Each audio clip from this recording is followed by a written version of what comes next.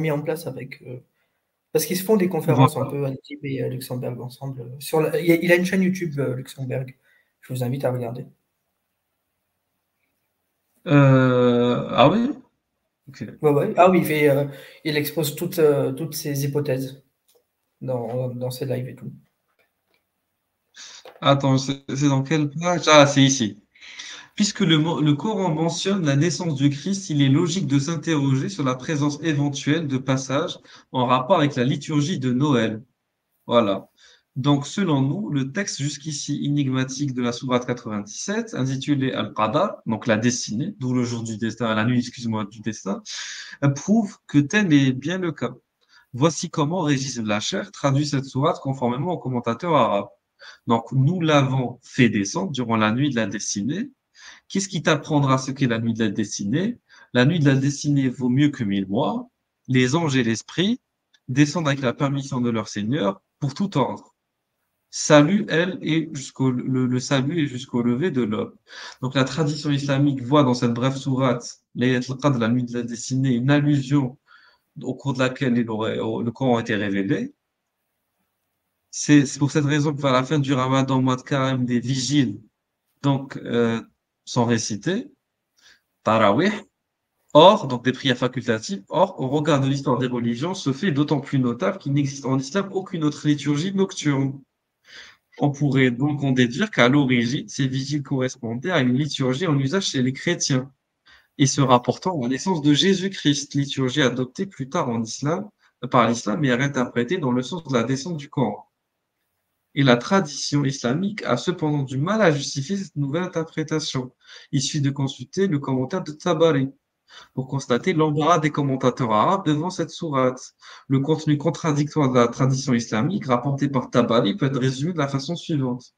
Le Coran est descendu en une seule fois dans la nuit du Qadar, au mois de Ramadan, dans le ciel inférieur à l'emplacement des étoiles. Selon sa décision, Dieu en fit descendre successivement une partie sur terre jusqu'à ce que le Coran fût accompli. Entre le début et la fin de la révélation, il y a eu un intervalle de 20 ans où seul le début du Coran descendit en cette nuit. Donc, ils sont pas bien, les commentateurs, les exégètes, qui savent pas comment interpréter la sourate. Qu'est-ce qui est descendu? Tout le Coran, une partie du Coran, voilà, le Coran successivement, ou juste le début, ils savent pas. Ils savent pas. Donc, la perplexité des commentateurs peut être résolue tout simplement si l'on déchiffre la sourate 97 en recourant au syro-araméen. Trois termes dont la traduction ne fait pas litige ont sans doute incité Richard Bell à subodorer qu'elle renferme une allusion à la liturgie de la veille de Noël, à savoir la nuit, les anges, la paix. Mais ce qui pose problème, c'est le mot clé de la sourate en arabe, al-qadar, le sort, la destinée, qui reste inexpliqué jusqu'à présent. On ne sait pas ce que ça veut dire. La seule explication trouvée par Tabari chez les commentateurs arabes est qu'en cette nuit, Dieu a décidé des événements à venir dans l'année. Or, le tertium comparationis, auquel se rapporte en réalité cette destinée, ne peut être repéré que par la traduction du mot al-qadar en syro-araméen, à savoir helaqa, que le thésaurus traduit par fatum, sort, dessiné, sort. En citant des mots arabes correspondants, qada, qu'emploie ici le Coran, mais le thésaurus combine ensuite le mot halaqa avec son synonyme halaqa wa bayt sort et horoscope, mots composés qui possèdent trois significations. La naissance, le moment de la naissance, l'étoile sous laquelle on est, qui détermine le sort du nouveau-né, ou la nativité, ou Noël. Ainsi défini, le terme coranique, al-qadar, dessiné, signifie donc l'étoile de la naissance, qui sous-entend l'étoile de Noël. Et cet éclairage permet de mettre le texte de la sourate en relation avec Matthieu 2.2. Où est donc le roi des Juifs qui vient de naître? Car nous avons aperçu son étoile au levant, et nous sommes venus l'adorer. Ces paroles sont celles des mages venus d'Orient. Vous les connaissez, les mages, les rois mages, rendre hommage à l'enfant Jésus. Et dont on dit qu'ils étaient astrologues.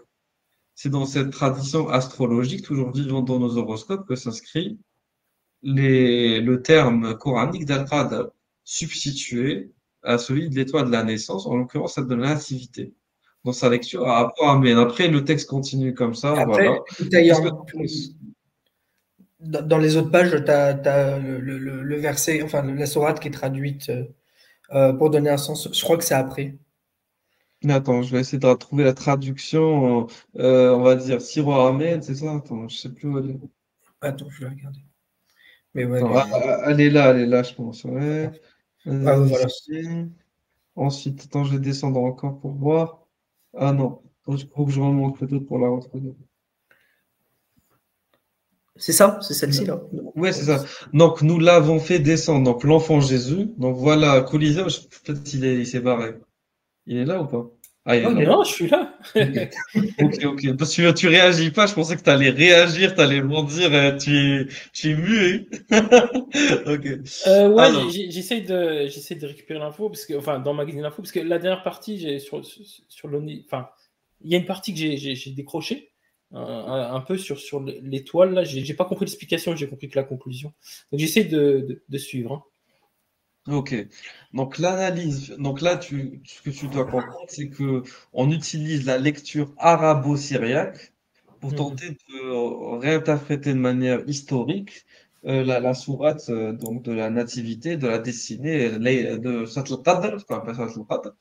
En fait, ce qui t'expliquait tout à l'heure, c'était que le mot Qadr donc peut renvoyer dans une certaine dimension explicative à travers le syriaque, c'est ça, au mot étoile en fait. Voilà. Et après, ils ont Étoile, nativité. à étoile et nativité. Après, ils ont raccordé ça à une lecture chrétienne de ce que peut signifier l'importance de l'emploi de l'étoile de la nativité par rapport à Matthieu 2,2.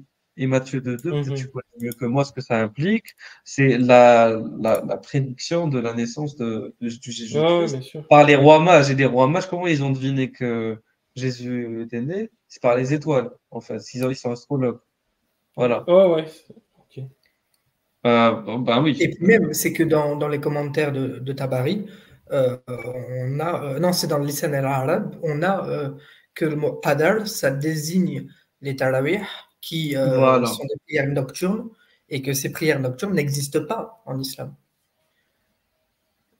Donc, ces prières nocturnes, en fait, renvoient aux vigiles que tiennent les chrétiens dans la nativité. Donc, tout concorde quand même à penser que Mhm. cette sourate provient du syriaque.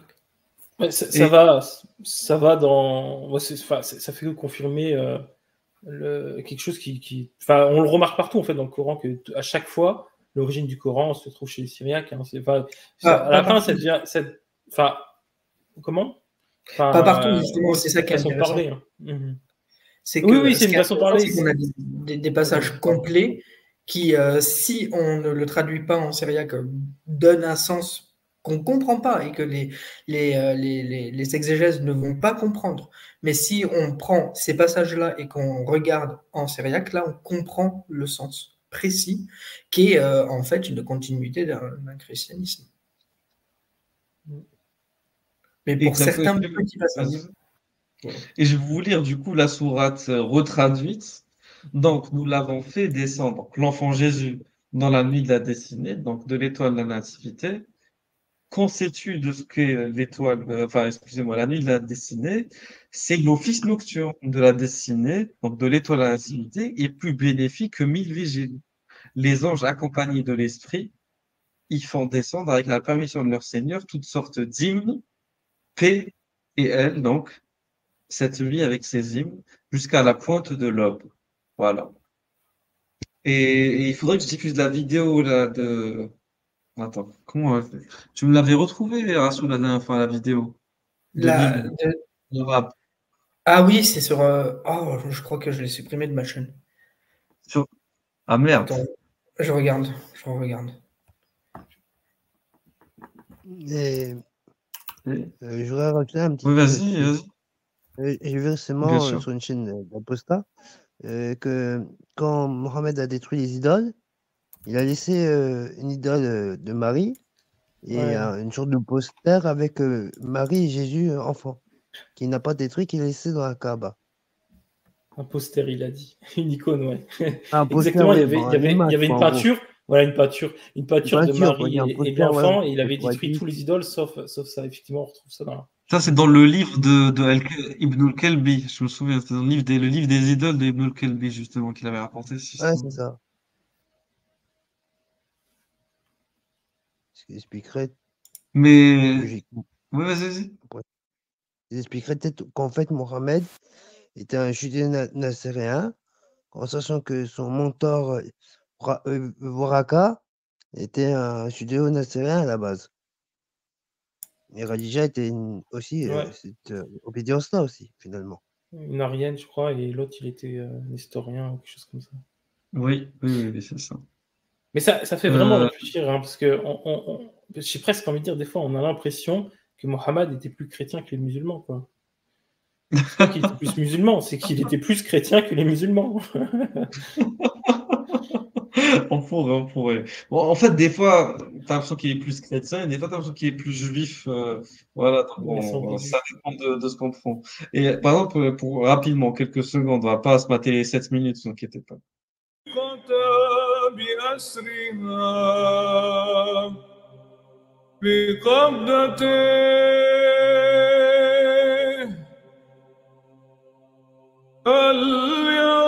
اليوم يولد من البتول